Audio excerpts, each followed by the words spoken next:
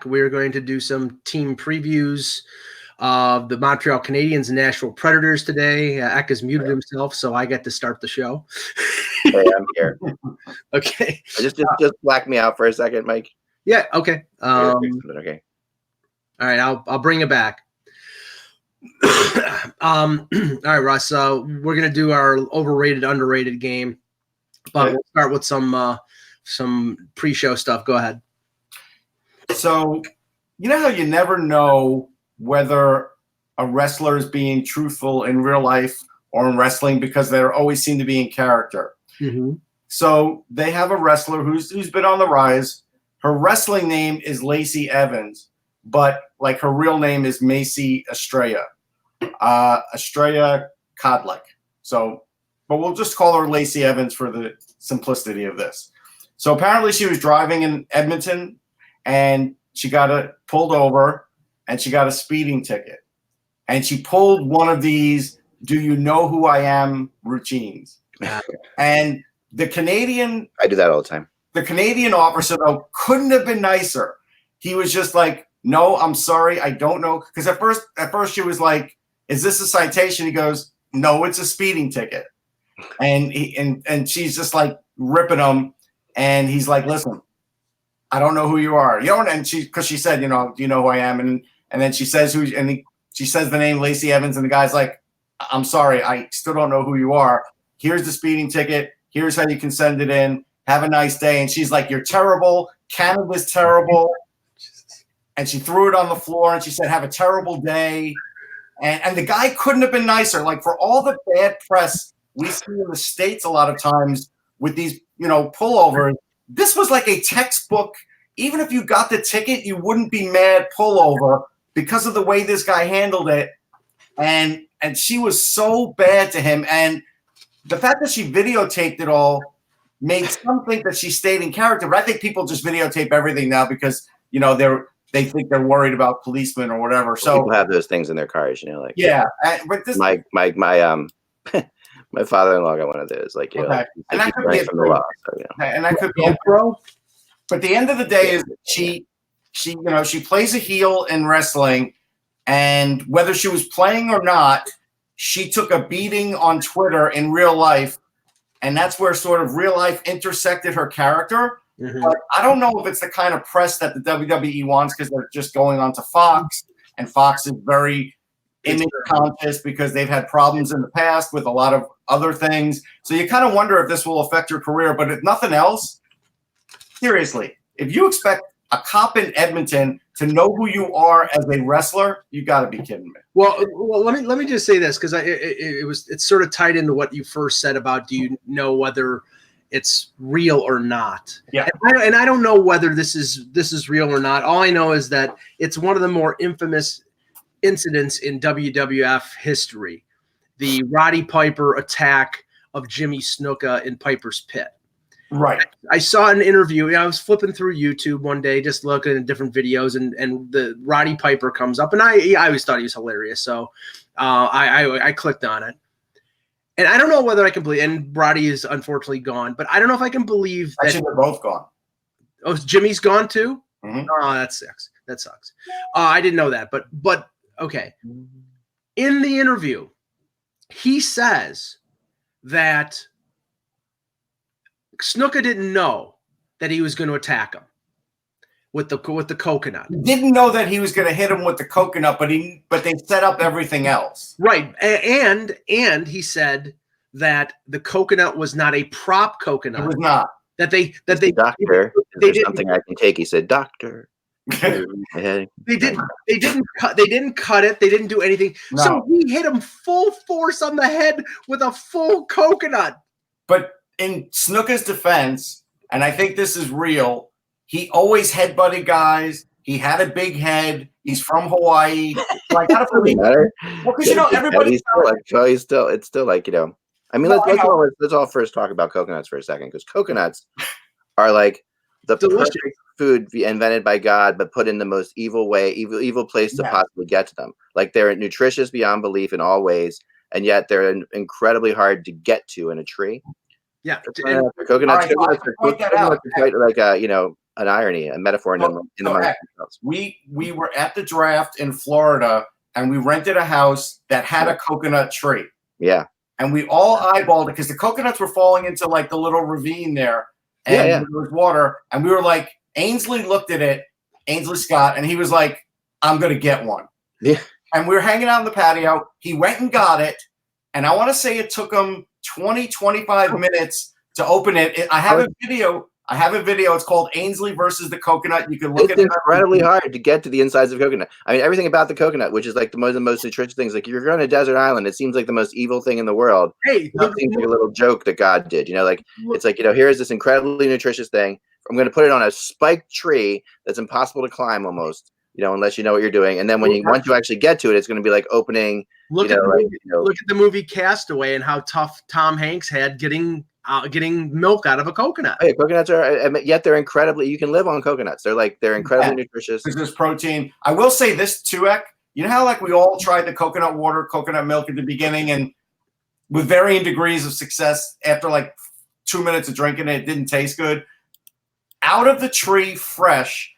Tasted way better than any previous version that I have ever tried. So I don't know what happens in processing, but it's way better if it's not processed at all. Coconut water. There's a place in Florida where you can get, when I visit my in-laws, which I'll be doing again around right after Christmas or so, and they have like a market there, and you can go to the market and get coconuts that they'll open for you right there and give them to you, and to drink the juice, or they'll put something in it. And I'm telling you, I think coconut juice is about the most disgusting thing in the world.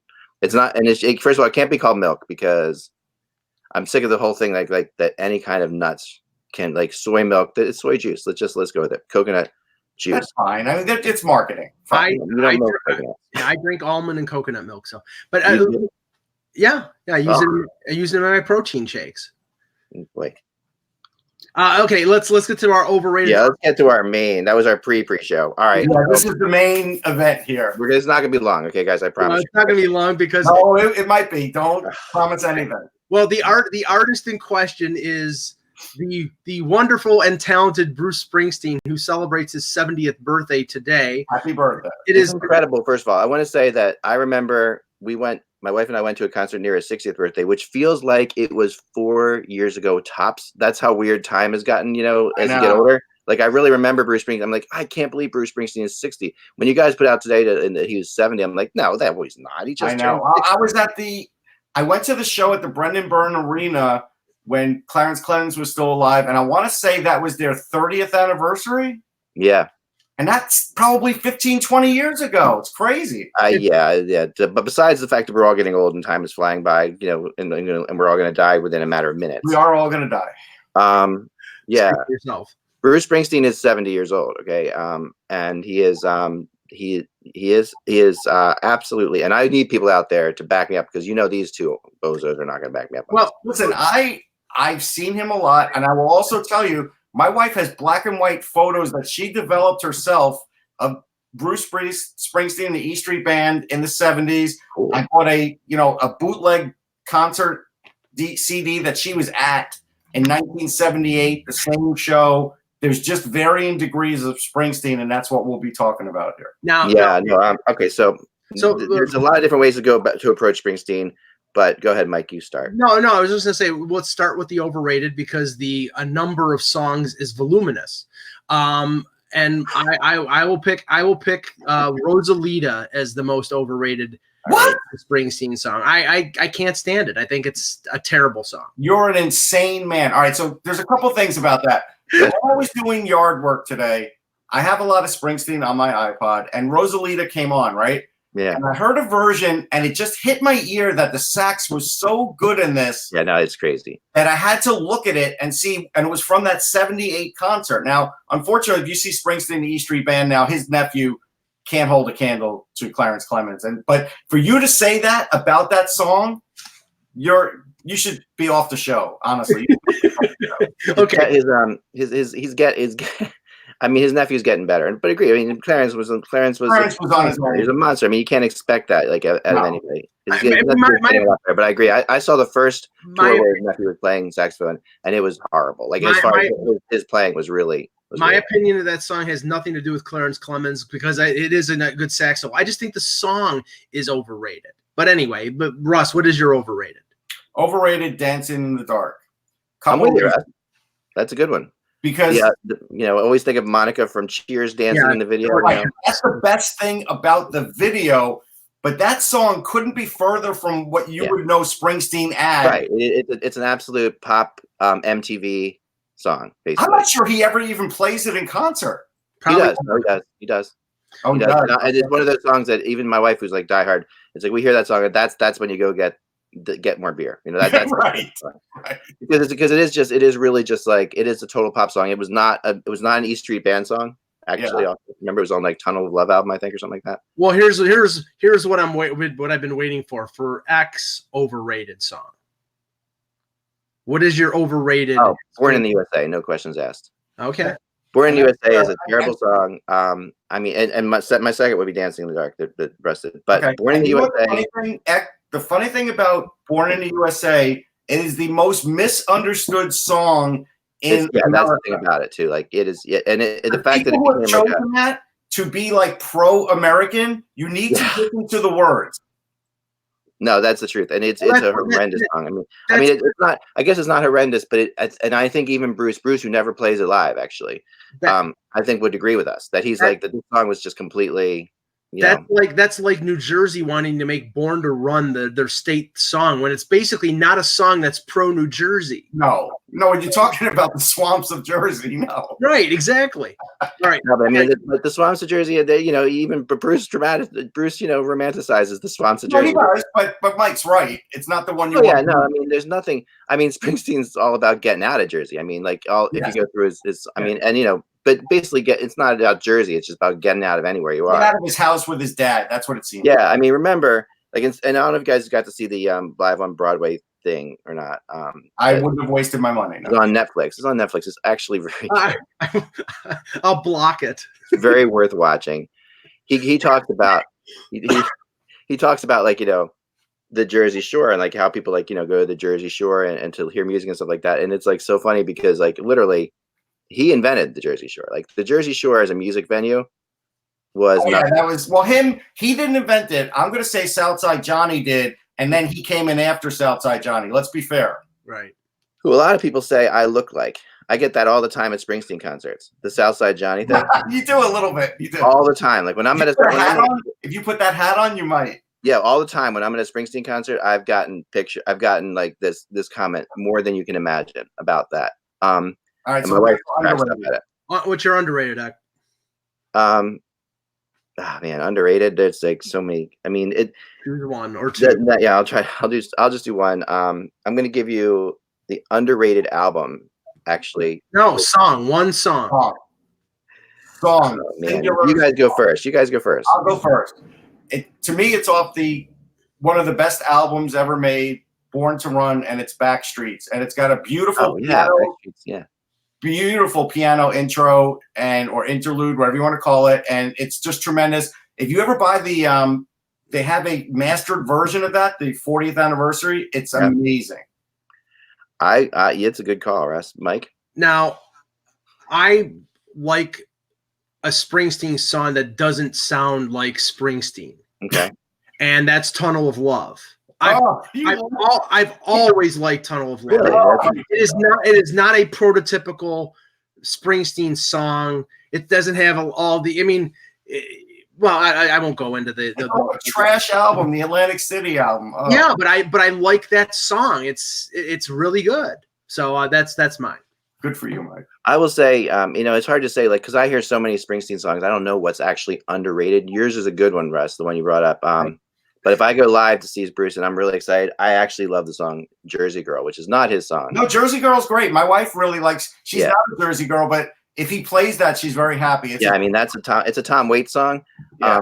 But of his songs, I actually think the song Atlantic City is pretty amazing. Like, I don't love it, but I can see where you're coming from. Yeah, I mean, I really like that one. We'll flip this on its ear on Wednesday. The next time. One more thing about this before. I told you people wouldn't be short. I told you. No, it's gonna be short. It's gonna be short. I'm first of all, I'm like thrilled that Russ, like you would just like gang up on me as well. I appreciate that. But the one thing, and now I'm gonna make it so you do. So okay, so at 70 years old, there is nobody that performs closer to the way they performed in their heyday than Springsteen. No, that's not true. No. You find me another artist out there, John Anderson, that performed as close to as they did when they were young. He's 72. Go look at his last tour. Listen to his voice. His voice sounds more like his voice, which is harder to do. John Anderson does. John Anderson. All right, John Anderson. I'll give you that. But John Anderson is also, I'm not gonna diss on John Anderson. Sting is in better shape and he's more mobile. Sting is in his mid 60s, and I think he's as good now as he was when he was in his 30s. Yeah, I can't do that. Sting's a lounge singer now. I can't do it. Feels like a lounge singer. When he does his old stuff, I think he's still. Now we will flip this on its head the next time we do a show, because the next one will be Billy Joel, and it'll be and Ack will be searching for overrated. I love Billy Joel. Okay, I just think that Billy Joel, and we'll get into that. But by drop the elbow, the Gaslight Anthem, he brings them up in the chat. The Gaslight Anthem is an amazing band. And I've never really listened to. Yeah, they are. They are. Springsteen's had them on stage with him a couple different times. It's a band it's a New Jersey band that plays the Stone Pony, and and even the lead singer from the Gaslight Anthem, his solo album is incredible too. They are as close as you can get to like the original, like without horns and stuff like that. But they have the Springsteen thing. They're not Springsteen. They're definitely not. Okay. You guys might even like them more because of they're way less. But there's something about the energy. The Gaslight Anthem, definitely check them out. I will get this rant out of the way now, just because we're live now. My graduating class chose "I've Loved These Days," a Billy Joel song, as our school song, and I was 100% against it. Matter of fact, I was 1,000% against it. I might as well have been picketing for it not to happen, and it happened, and it bugs me even to this day that they picked that song. It's a great song, though. It's not a great song. All right, well, let's start the show. All right, I'll start the show. That's a good song. What do you like about "I've Loved These Days"? Yeah, you're sappy. Oh no, I mean it's I don't know. I mean, anyway, start the show. Springsteen hasn't written a song as long as my children. Your kids have made you soft. I don't have kids. No, I've always been that. But all right, here we go. Yeah. Hey. Hello, Hockey World. It's Monday, September 23rd, 2019. I'm Michael Agello. I'm Russ Cohen from Sportsology. And I am Eklund, and you're watching the HockeyBuzzcast on HockeyBuzz.com. This is the podcast that comes every Monday through Friday at this time to fill you in on the comings and goings in the hockey world. We appreciate those of you who listen to our pre-shows. And if you don't listen to them, you can usually go about 20 minutes and you'll get past them. Definitely for sure. All right, so here we go. Let's get into something because I want to paint a little picture here, and I want to parse out what's happening with Braden Point, because this has been a fascinating story over the last 5 or 6 days, and I don't think people are really reporting on it. And I honestly think I have more information than most do, because I have a couple really good connections in this particular situation. Well, let's just say this: the deal that was signed about less than an hour ago is a. I mean, people are saying, "Oh, this is great for Tampa Bay because they got him for a manageable figure," but it is the biggest bridge deal in the history of the NHL. 6.75 for 3 years, and it really doesn't. I mean, they're paying him it's not $10 million because they couldn't do that, but it's only 3 years, and at that point maybe they then they can move on from guys like Tyler Johnson, but this is sort of like a stay in place type of deal. It's good for both sides, but it doesn't solve the problems that Tampa Bay has. No, I know. And I mean, I wrote about it about an hour before it came out that this was close. And I actually think it's the perfect deal for Tampa, and I'll tell you why. Because it's different. This is where you have to look at the team and the market, as a situation, because Tampa right now is obviously in a wide open window of Stanley Cup possibilities. Like, they are as good a team as we've seen in a long time. Last year's team was phenomenal. They may have gotten even better. They added some really good parts this summer. They are really going to be solid. And yet, and so they're spending a ton of money, which is not like something that they make a ton. They don't make a ton of money. They do sell tickets down there, but the prices on tickets in Tampa are really reasonable. If you go there, it's one of those places you can go see a game still for a lot less than you could. But they've got the great goalie. They've got Stamkos still going strong. They've got Kucherov in his prime right now. They've got Hedman, in his prime right now. They've got everything going. And to me, 3 years is kind of perfect because you don't want to be paying him 4 years from now or 5 years from now, like $12 million or $11 million or whatever. Well, if your window is closed. How are you going to? That's the point. How are you avoiding that? Well, and no, because if your window is closed, and because this is a team that has too many good players. So what happens here is you have to make decisions there, and you don't want to. Braden Point, I think, is the perfect player of all of these guys to try to do this with, because he could. Braden Point is right on the edge. Like he could break. I personally think that he's amazing, and I think he's going to be like the next Patrice Bergeron. I've said that many times. But this is the thing that's the big benefit for Tampa, Russ. If you look at what they have players signed for now, Palat is 3 more years, a little over $5 million. Killorn is 4 years at a little like 4 or 5. Once they come on, now Point is not a UFA after these 3 years. He's arbitration eligible, and then UFA. So they clear almost $9 million in the year of and the year after. So it's more manageable in terms of them signing him to a big money deal. But this just delays the inevitable, Russ. They're going to have to pay him. Yeah, this is the same as Kucherov with inflation. But end of the day, within those 3 years, if they don't win the cup, there will be not only big changes, just massive changes, because unless the cap goes up tremendously, they'll be losing more than just Tyler Johnson over the years. They're going to lose like a lot, like what Chicago lost. Like it'll be, and that's why you don't want to sit there and make this commitment bigger than that. I mean, if Tampa is kind of a year-to-year situation in a lot of ways. It's very different than most. Than it's not like. And you could say they're going to pay him that, but they might not pay him that. They might let him. I mean, they still have him, so they're going to have him. Obviously, arbitration. They're not going to lose him to free agency, UFA free agency. But they could trade him, and all kinds of things could happen as this thing plays out. I think that this is a smart move for them. I think that gives you a solid. They know for the next 3 years, there's no reason in the world that team shouldn't win a Stanley Cup in the next 3 years, right? But they should have won already. Yeah, but then they might, and that's true with every team, and they might not win. But if they don't win in the next 3 years, I'm going to make changes, and I want to. If I'm going to make changes, this is one of the guys that may end up being the guys that you have to change.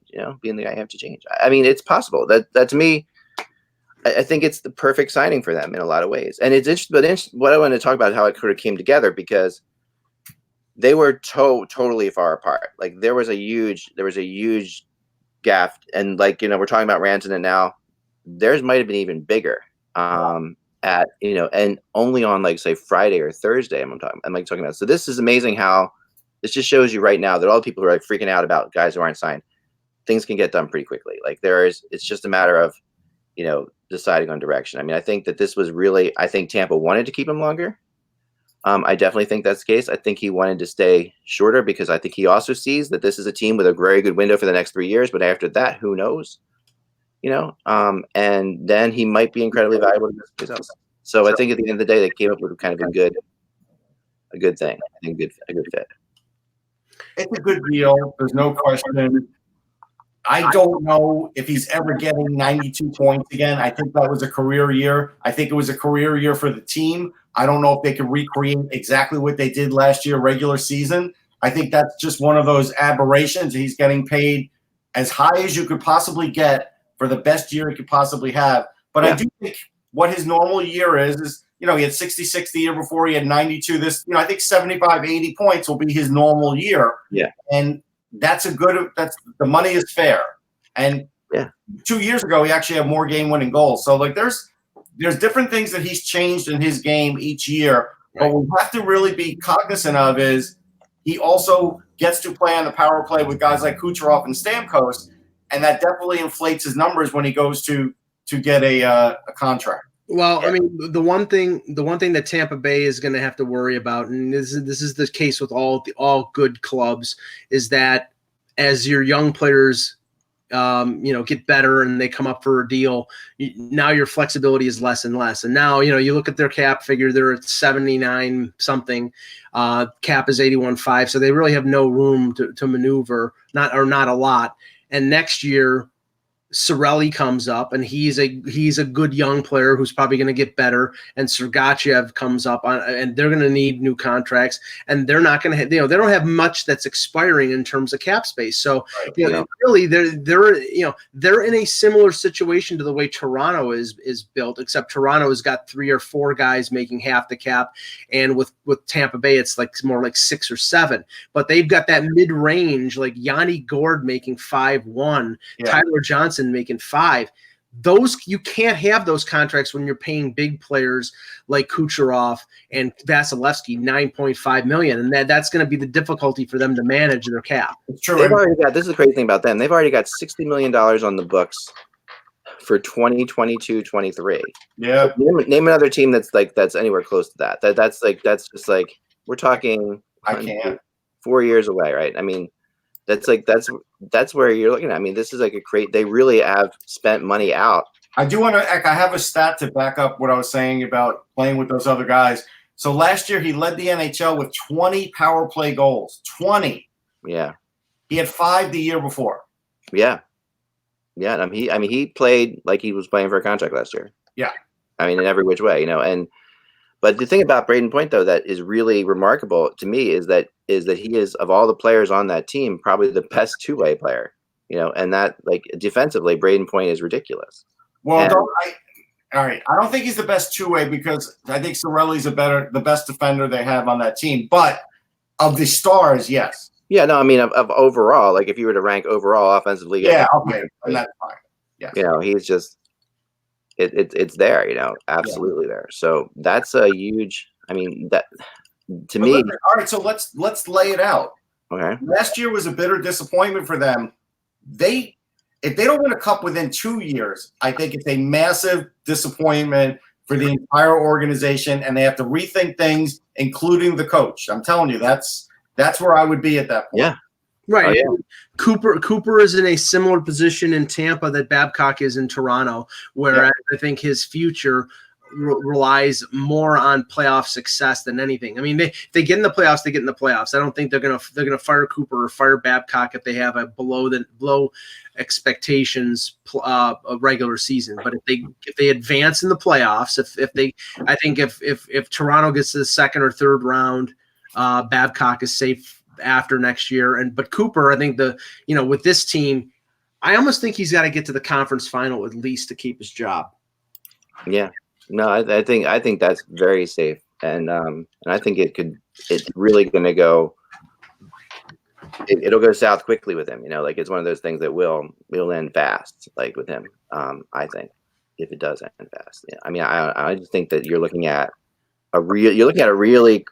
a bunch of different crossroads going on in Toronto at the same time. And this year is just could not be more important for them, in general. And we're seeing a lot of good things coming from a lot of teams right now. So it's going to be tough for everybody. There's nobody like that's standing out. And even that division is hard. It's going to be hard to make the playoffs everywhere, and for everybody. I mean, you're looking at teams that could very much push them,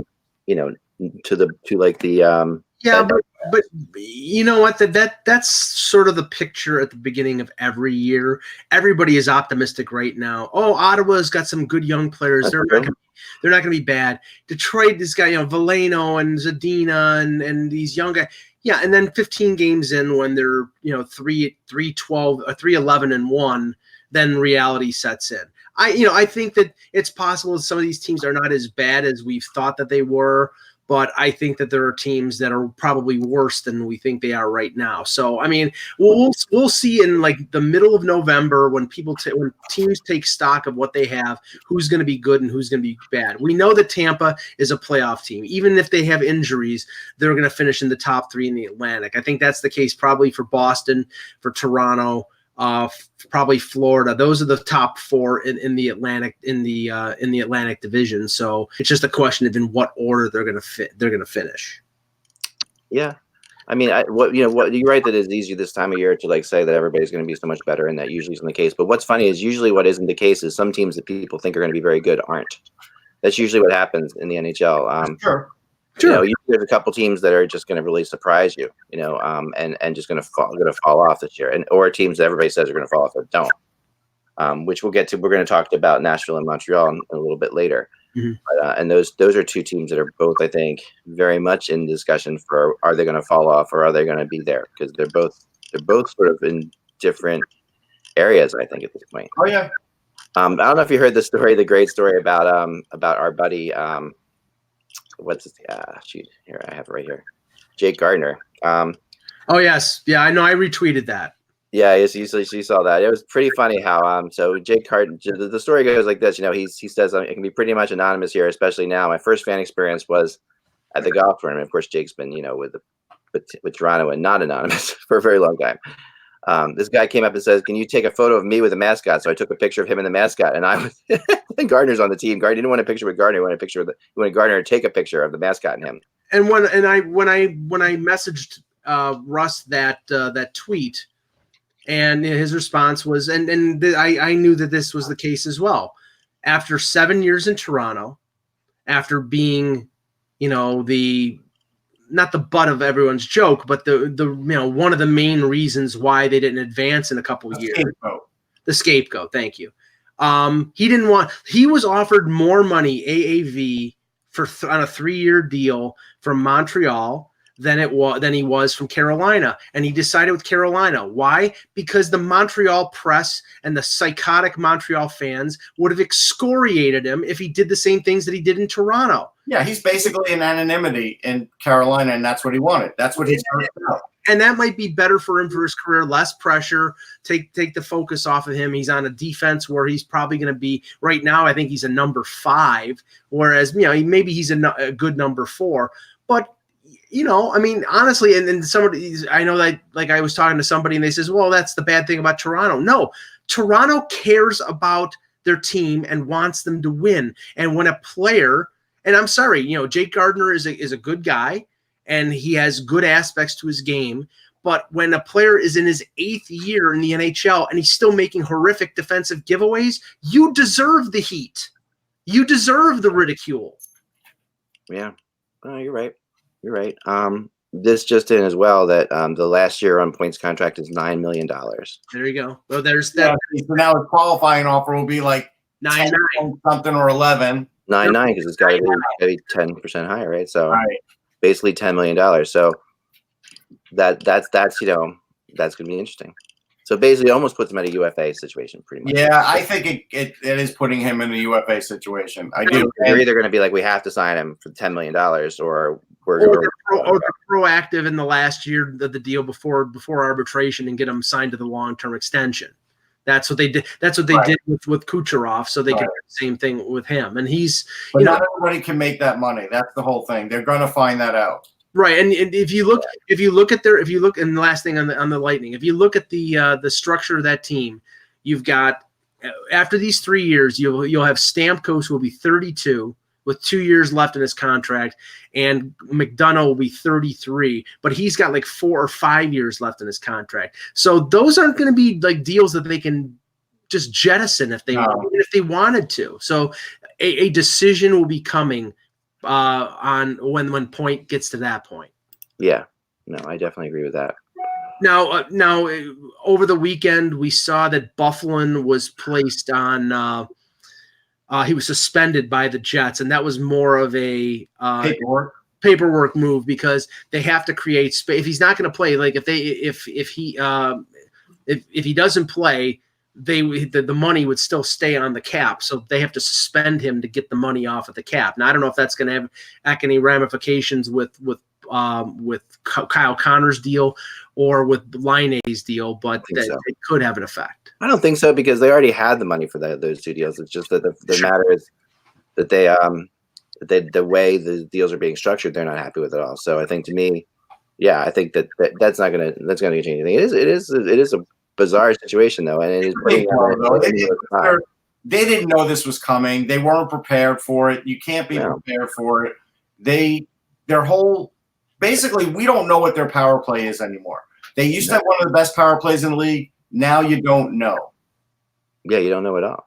You really don't. I mean, they have completely. I mean, they don't have any right defensemen right now. They're looking into that. Obviously, they have some young guys coming up, but I mean, what did they do with Trouba? How do they handle all these different situations if they know this is happening? It's completely. Well, I think Trouba was leaving anyhow. I don't think Bufflin leaving would have made Trouba stay because he was wanted to be in New York anyhow. Yeah. So that nothing would have affected that. Yeah, but I don't know. I mean, they could keep him another year, right? I mean, that was what they could do. They could have done that, yes. And they probably they definitely would have thought about it because they don't have anybody. And then also, whether they would have tried to get Myers to stay or not. Myers is the bigger question. That's the one where you almost have to believe they would have signed him. Yeah, I think they would have had to. They would have had to have thought about it for sure. This affects their team. We no longer really know the identity of this team. Scheifele is certainly the leader, but we really don't know the identity because, like Peter pointed out, and it's true, when Bufflin was on the ice, you had to make certain adjustments because he was going to come out there and hit you. You had to try and cover him. Yes, he was going to have some bad points too, defensively, but, he had more pluses than minuses for sure. And now there's not to worry anymore other than maybe Mark Scheifele running you over like that. It's almost a relief for teams if you think about it.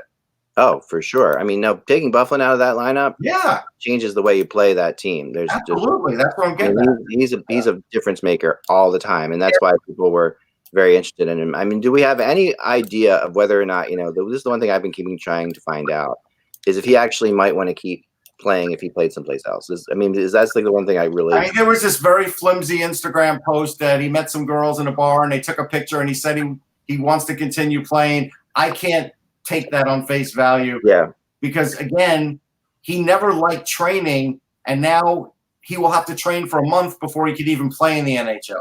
Yeah. Yeah. So that to me makes me think not this year. Right. Yeah. Yeah. You're probably right. It's a costly vacation because it's a $7.6 million loss. Now he's made a ton of money in his career. And look, Antonio Brown just took like a $40 million vacation. Remember Bufflin came from a really impoverished background.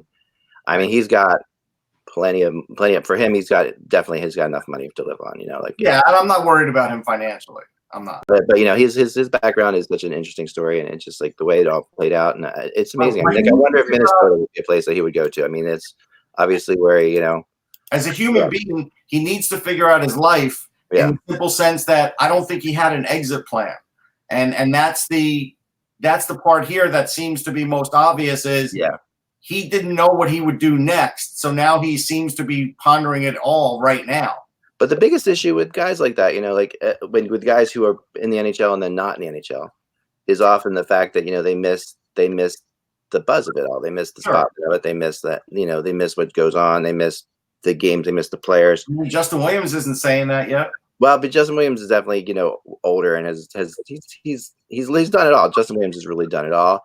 Bufflin still hasn't done it all at all. And I think that but he also seems like the kind of guy who is so laid back that he might just be fine with it. He might not care about the hustle and bustle of it. He might not. I mean, he's not going to turn. I'm going to tell you this, and this is really the truth. I give guys high marks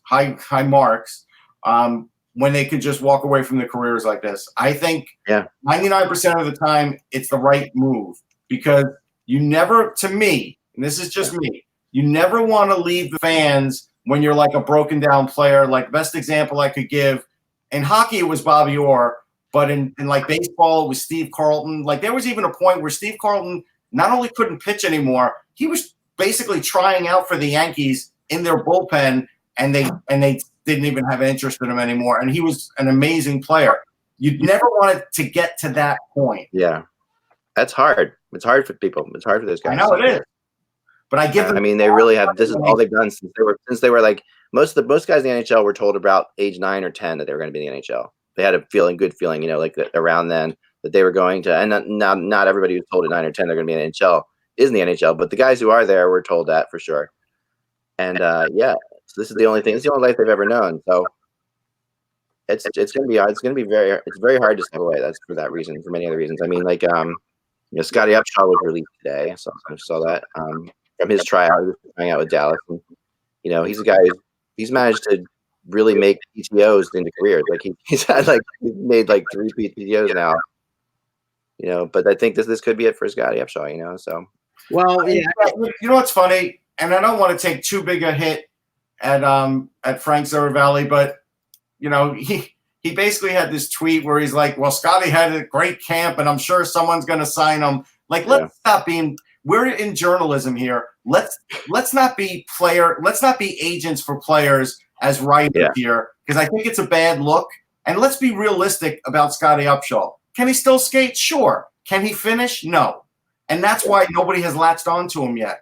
But I mean, let's just stop with this whole thing, like selling him or overselling him on Twitter. I don't think that's a good look. And the funny thing is, the nature of the PTO in this league is that normally they're brought in as sort of fodder for the training camp, to fill out the roster, to give a guy an opportunity to skate. More times than not, they don't get signed. Every once in a while you get a Lee Stempniak who makes it and then has a good year and gets traded. Well, Scotty Upshaw's made 2 PTOs.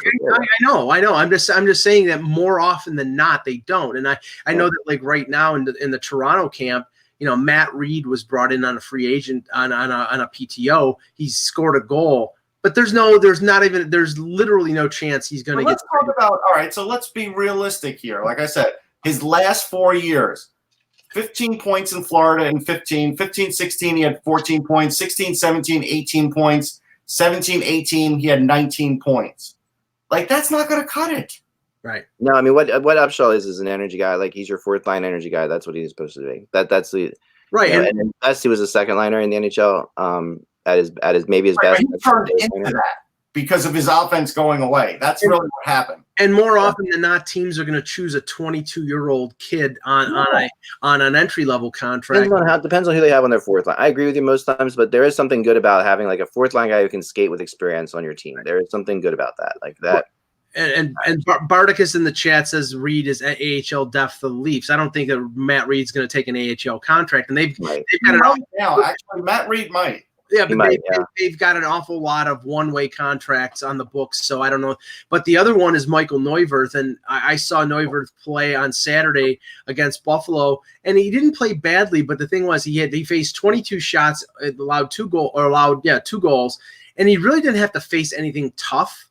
And after the game, he said, "Well, I thought I played okay, but I could get better." And now today, he's not at Leafs practice. This is the problem. There are 49 pro contracts.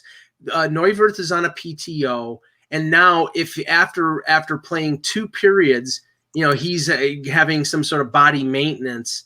This is a guy you can't depend on for 25 to 30 games, which is what they're looking for a backup goaltender. So Neuwirth, you know why? Michael Neuwirth's biggest opponent is his body.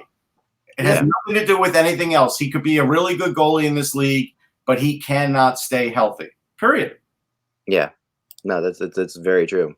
I mean, and he when he's healthy, he's fine. Oh my God, he could be lights out. I mean, he has beaten teams. Remember, I mean, his probably most famous thing was beating the Capitals that one year, where the Capitals, went all the way, but Neuwirth gave him fits.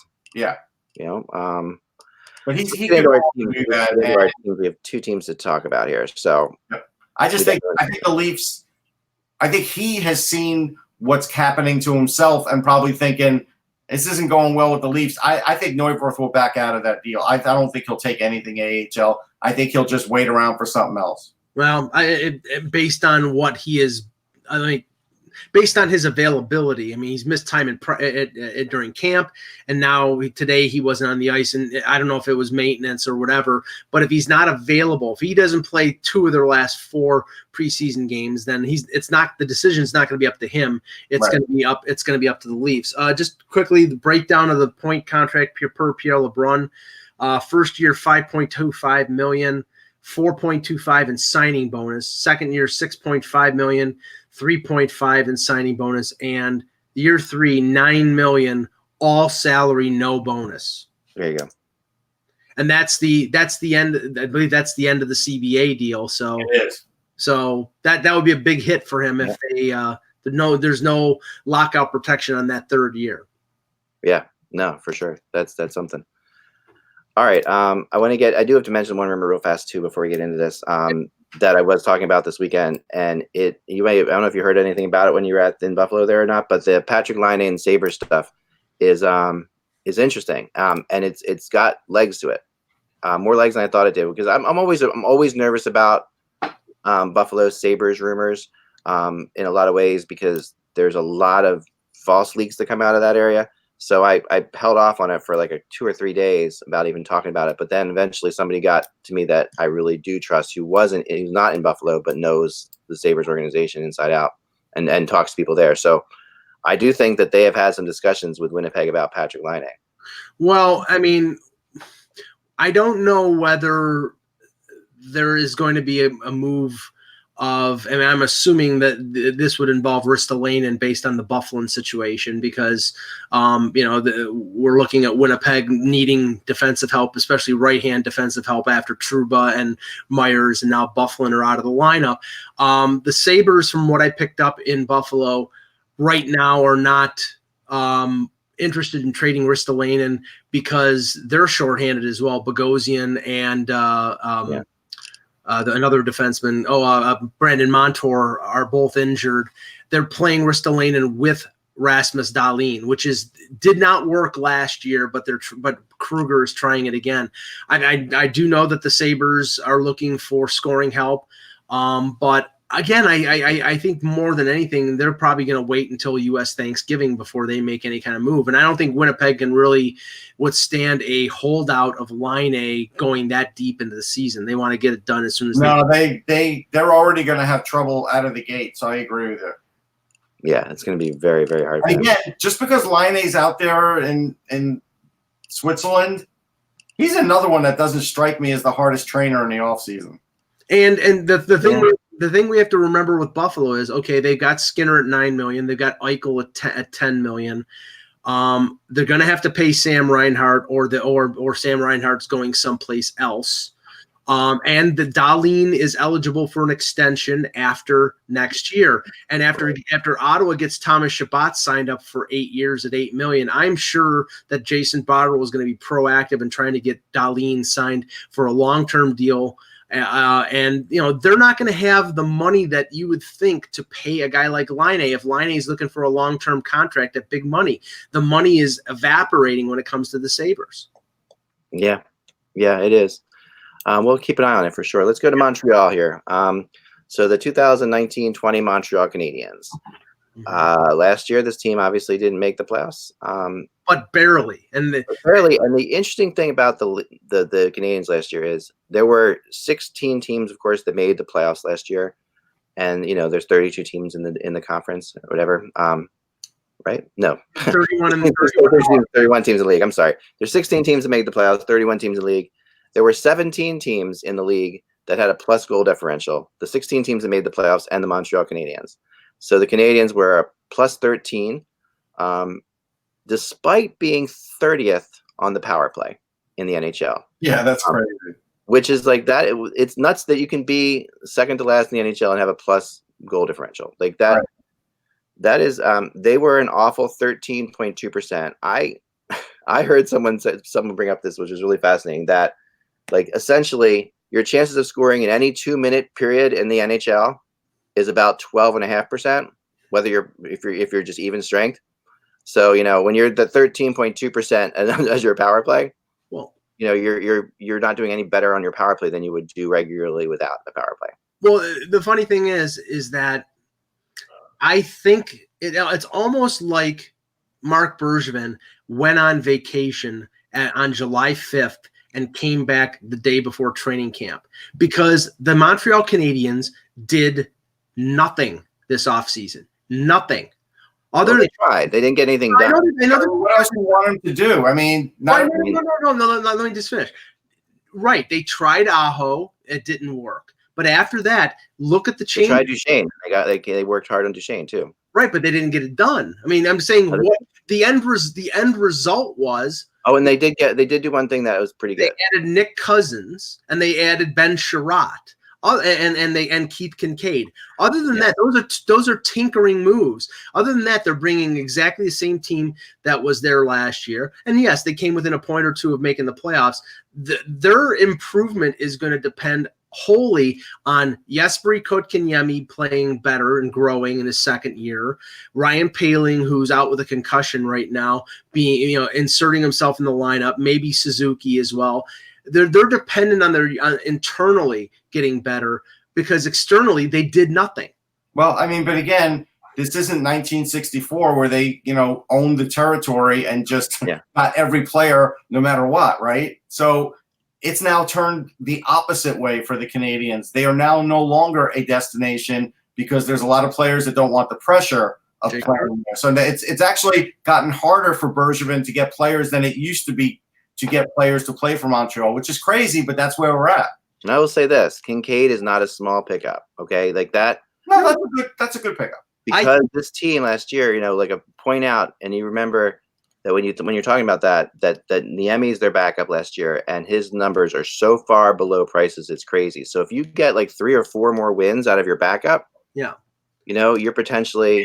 That's fair. I think it's a good move, and if Kincaid plays closer to what he did 2 years ago than last year, then you can play Carey Price 50 to 55 games, play your backup say 27, and have him rested. And let's just that is going to be the model this year. It wasn't long. It won't be with Julian there, Mike. It won't be. I think Price played 65 games last year. I'm pretty sure, and I think you could look for him to play the same again this year. Kincaid playing well or not, they're going to go right down to the wire again to make the playoffs, and he's going to act just like an old coach would. And that's what Babcock might be doing in Toronto. And I think that right now it has not been lost on general managers in this league that Binnington and Allen played 40 some odd games. Halak and Rask played nearly 50-50, that kind of split is conducive to getting better performances out of the goaltenders. Going back to the years of Donnie Edwards and Bob Sauvé alternating every other game in Buffalo, that works. Yeah, that was 6 games for Price. Just not to beat a dead horse on the power play. Second most in his career, but he started 64 of them. Right. I think the power play obviously missed Shea Weber in the beginning of the year, and that is a big part of it. It did get slightly better with him in there, but not much. So in general, I did this thing about this when I was writing my review for the Canadians, that I went through like the top 25, I think it was, goal scorers in the NHL, and those guys generally score about 20 to 30% of their goals on the power play. That's usually what you get, like about 23%. How many Habs forwards had 5 power play goals last year? 2. None. Wow. They didn't have a single forward with 5 power play goals. That's great. Shea Weber had 5 power play goals, but then that's all he had. He did it in 58 games, but he had 5 power play goals. And that's a bad year for him. That's a bad year for him, and that's a crazy. So I mean, if you can increase your power play slightly, and get backup goaltending that's a little bit better slightly as well. But you're not that far off of this team being a playoff battle. Look at the dynamic of the Canadians last year. They got a better performance than anybody expected out of Thomas Tatar. They thought that was a salary dump in the Pacioretty deal, and he played well. Gallagher scored 30 goals. I think it was for the first time. Max Domi had a great year. Yeah. Kotkaniemi, as an 18-year-old, played above expectations. They thought it was going to be some growing pains, and he played pretty well. So they got better performances than anybody expected, and they missed the playoffs. What are the chances that that's going to happen 2 years in a row? I don't think it's good. I think they're going to. I could give you one area where there probably was some hope, but now all of a sudden, and again, this guy's been riddled with injuries. Noah Juleson is consulting a specialist in regards to reoccurring headaches stemming from vision issues. Like, so he's out for a while. Like, that's not going to get corrected in a week. So that's going to hurt him. And honestly, now that Ryan Poehling has started off with a concussion, it might be better to start him in the AHL, because I don't think you want to rush him into the NHL now. Yeah. Now that has happened. So that's another consideration, which again, preseason, we all thought he could have an impact on the team, and he probably could have, but injuries. who takes the toll. And if their defense is short a player like Juleson, then that increases the possibility of Carl Alzner making the team. And at the halfway point of the year last year, Carl Alzner was not an NHLer. So, Right. that complicates things as well. Yeah. Yeah. I mean, but I do think Julian is a good coach. And I think that's going to be, I think having him last year, the whole year was hugely important. That had a big part of it. Yeah. I think Julian is an excellent coach. I think Carey Price is still one of the best goaltenders in the league. I think Shea Weber, after coming back after missing a couple months, played great and still has to be considered one of the better defensemen in the NHL. All that being said, I don't know whether Montreal has enough to stick into the playoff race. I think they're on the outside. I think they're going to be 9th or 10th in the East.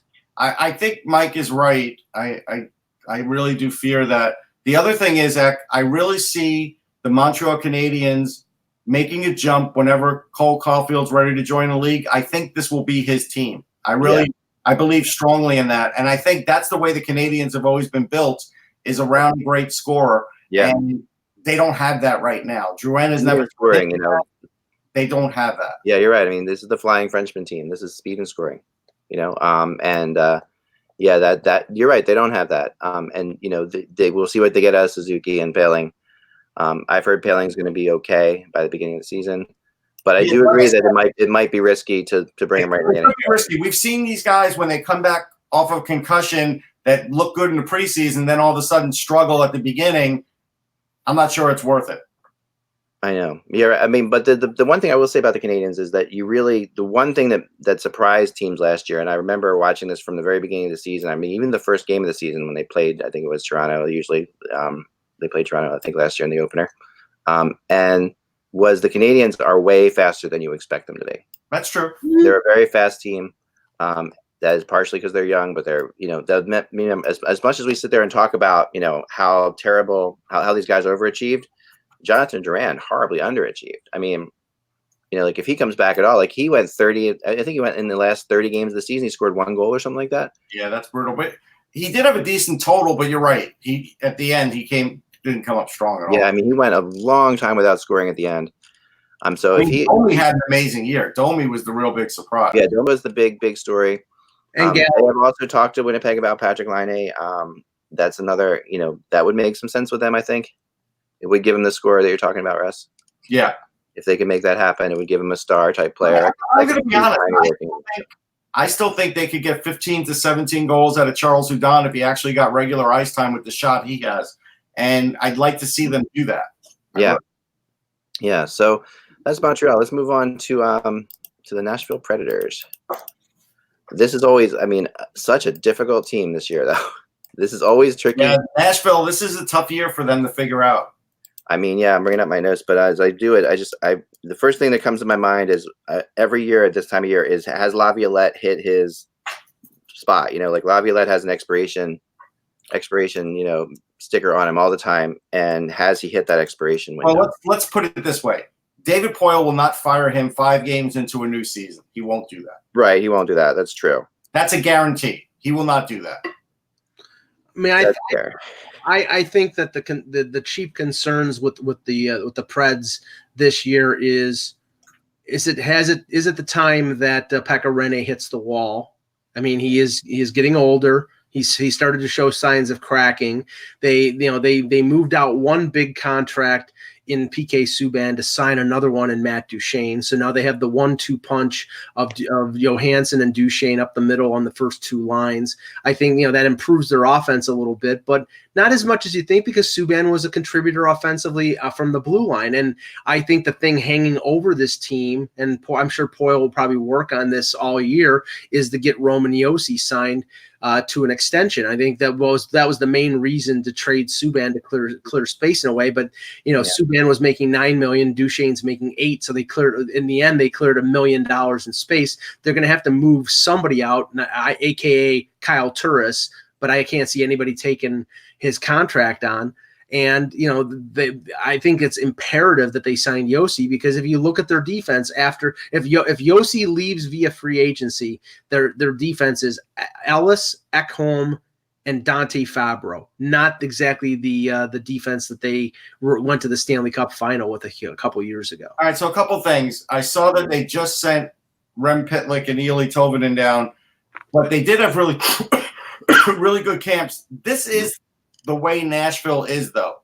You can have a really good camp, but if you're just close, but they feel like you haven't played enough games yet as a pro, they're going to make sure you play more games. And so that's kind of smart to do that because they can call Tolvanen 20, 30 games into the AHL season if he's ripping it up. Let him get some confidence. See, that's where I think they're doing the right thing. I think it's an attitude thing with him. I do. Like talking to people down there, they just feel like he's ready to play in the NHL as far as his skills go, but his probably up here. His head, his work ethic, and just and actually just that making every shift count type thing. Right. Not there. Right, and that's why that's a good reason. I think both those guys could help him out during the year, but I think it's smart not to. What I was going to say about Rene is I didn't see any cracks last year. He had a .918 save percentage. He only played 56 games, which is good. And I think this year, if they could play him 53 games, something like that, I think you could still have a big year out of him. I think right now when you're looking at this team, I think you're just saying, can they score enough goals? I'm not worried about Dante Fabro either, Mike. After speaking to Dante Fabro and realizing how they sort of abused his minutes in Boston University explains why when I saw him a few times, he looked tired at times. And he basically, to repeat the story that he told me, is he would ask off the ice and they'd be like, no, stay out there. And as a defenseman, that's really hard to do. I mean, it really is. And the kid's a warrior. So I think when do you ever see that? You never see that. Yeah, but I do think that their forwards now are better than they've been the last few years. Now with Johansson, Duchesne, Forsberg, they have Granlund for one more year. He's still effective. Arvidsson. I mean, the only one that scratched my head was the extension of Colton Sissons on that really great extension, Mike. Because Colton Sissons can step up into the top part of your lineup, and they got him for absolutely nothing. Yeah, they got him cheap. I'm okay with that. Like that's a perfect signing in so many ways. I thought it was one of the best signings of the summer. I mean, I agree that. I mean, Sissons has his moments where he looks outstanding, and he definitely does disappear at times. But he's a skilled player who can step in with skilled players. I look at Nashville, and really the issue is them just matching up against their division. Like, really, that's it. I think, if you put them in the Metro, they'd still be one of the better teams in the Metro. They're one of the better teams in the NHL still. But the issue because they do have a solid defense. They do have two good goalies. I mean, Saros is a good goalie as well. Rene is definitely, you always have to wonder when he's going to fade away, but he hasn't quite done it yet. No. And a lot of that has to do with the fact that Saros has gotten a lot better. They do need to. The problem with Rene is he has sort of faded in the playoffs the last few years, and that's like he can be a really good regular season goalie, but can he get to the playoffs? The problem with Saros is, of course, he's a little bit small on the small side, so that is the issue that they run up against a lot of the big Central Division teams.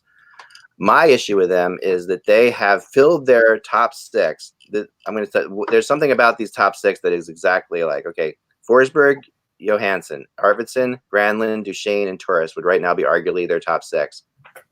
They all have one thing in common, glaringly in their career, and that is that they're all incredibly streaky players.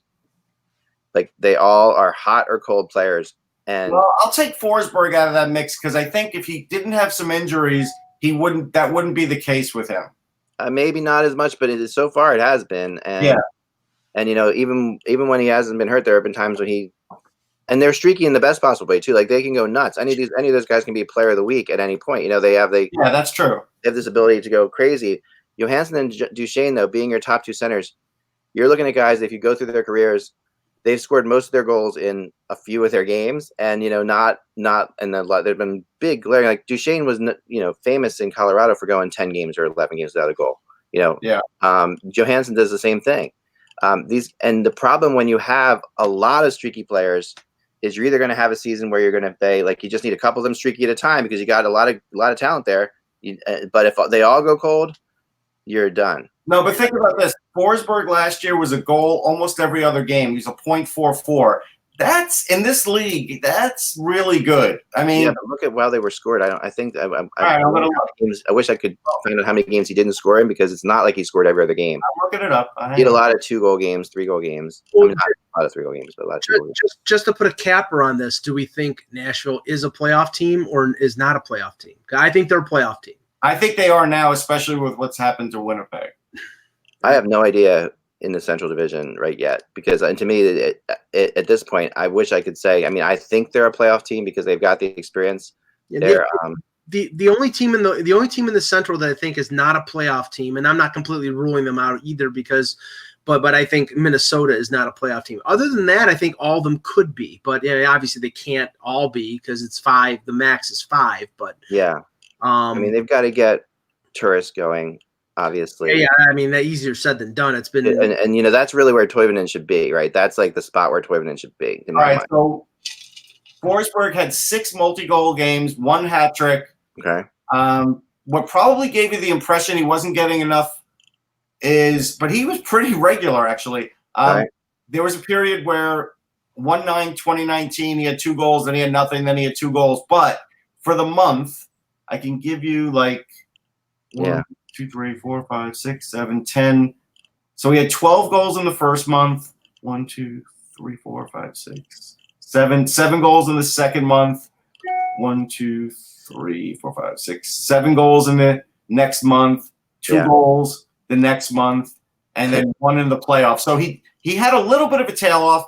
I don't think it was tremendous. Like, one of the biggest gaps I see is from October 27th, where he had a hat trick, and then he didn't get a goal again until November 13th. And that has been something that he has done. Like, he will go crazy and then you know, peak out kind of. So I don't know. It proves both. It actually proves both arguments. That it does. It does. I know that, you know, watching them play a lot. There are some games where you're like, oh, Forsberg just has it. Like, there are sometimes you watch him and you're like, okay, he's going to win this game for the Predators by himself if he wants to. And there's some games where you don't recognize him for a while. A guy like that, you should always recognize at least. Let's take a couple quick questions before we end the show. Bardicus is asking, who do you guys think is the high waiver wire risk across the league? Any goaltenders like, well, we've already passed that because this weekend Louis Domingue was placed on waivers. This is a goalie who went 21-5. And nobody claimed him. I know, but I thought Toronto was going to. I have one for you. Go ahead. So, with the way that Shesterkin's played for the Rangers, I do kind of wonder, are they possibly considering, because they haven't sent him back or sent him to Hartford yet. And if they don't, if Georgiev goes through waivers, that's a high-risk waiver claim, I believe. Yeah, don't you think they would trade him before they did that? It depends. I mean, I would look at it this way. And again, Georgiev against the Rangers faced 40 shots, right? But when you broke down his goalie performance, it was really good because the Rangers had 2 dead giveaways to Kevin Hayes, and I think he stopped one of them and he didn't stop the other. He was stopping some amazing shots and had some great goal catching, caught some great goals. Anyhow, at the end of the day, if they think, hey, you know what? We think he could already be Lundqvist's backup, and it's if Benoit Allaire looks at it and says, I can make him better, let's keep him up here, because what if Henrik does well for a quarter of the season and starts tailing off? Then Georgiev could be, available. Drop the elbow ask, I think this is the UAC. Anything new info on Justin Falk? Is the deal with Anaheim dead in the water? It's a really interesting one because it has definitely, usually something that's that close that doesn't happen for this long, right, is a problem. And I think Justin Falk's going somewhere. And I honestly think that he could be headed to Winnipeg. And I've heard things about the fact that Winnipeg has maybe Winnipeg may have gotten in on this and complicated things a little bit. He's going somewhere. Whether or not he goes to Anaheim or not is still to be determined. They have that deal there in place, but I think that I don't know. I would really, obviously Anaheim only wants to do it if they can extend him. That's been the issue that they've been trying to extend him. So that's what I've heard about that. I will tell you this. I don't remember who I spoke to, but I was at a few games last week. One person told me, who I think is really pretty plugged in, that he felt like that deal was dead, that the Anaheim deal, because the contract didn't excite him. Yeah. I mean, at this point, you'd have to think that's the case. Yeah. And whether or not, then it goes back to Falk, and he has to looking back. Okay, am I going to play for this team that obviously doesn't want me long term? Well, Doug Hamilton played that way. I think you have to be a professional. Yeah. Last question here. Guy Latouche asks, Russ, could you see a deal made between the Sharks and Flames for Michael Frolik? Sharks need some help in the top 9. Flames need some cap help. I think the Flames would have to retain some salary. Yeah, I just looked it up. The Sharks only have $2.6 million in cap space. I don't know how much help they need in terms of top 9. I mean, guys like they've got Kane and Couture and Timo Meyer and Hurdle. I think they're fairly deep at forwards. I don't know if the need is. Sorensen, I think, is sort of like a Frolik kind of player too. Right. And they're going to look at him. But I don't think it's a terrible idea. What I think, though, is, and I kind of remember looking at this last year, that Frolik had this incredible shooting percentage because of just goals that he was getting, like they were just going in for him, more than it normally does for him in his career. So it would be up to Alan Walsh if this trade happens. That's what I would say. Yeah. Okay. Well, don't hold your breath. So watch his Twitter account, because if he starts talking about Michael Frolik, then he can get somebody out of town better than anybody in this league. I can't, Russ. He blocked me. I know. Yeah, I can't watch him either. I know. You know that's true, Ek. Are you the only one not blocked by Alan Walsh? I'm the only one not blocked. Well, that'll change quickly now we said that. Don't worry. It'll happen tomorrow. You're probably blocked by now. All right, guys. Remember, you can go to patreon.com/hockey and support the show. We really would appreciate it. We like to keep doing this as much as possible. And, we just love doing it. Any support would help out a ton. Thank you very much. That's patreon.com/hockey. You can just do like $1 a month. Even would be fantastic. We'll take anything out of the show. Thank you very much. We appreciate that. We'll be back again tomorrow. There's a lot of preseason games tonight. So remember that the buzz, it is just hockey. Enjoy your night.